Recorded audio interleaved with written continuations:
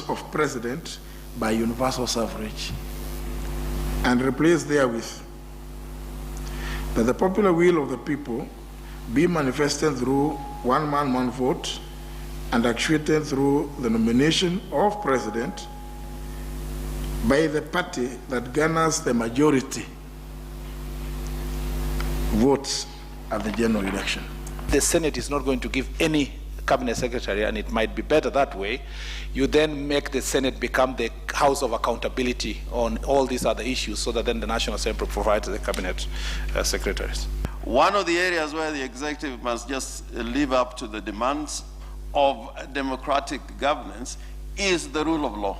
We propose the changing of the electoral system from first past the post to the mixed member proportional representation, and using a zebra 50-50 list of men and women, and that guarantees space for other disadvantaged groups such as the youth and the persons with disabilities.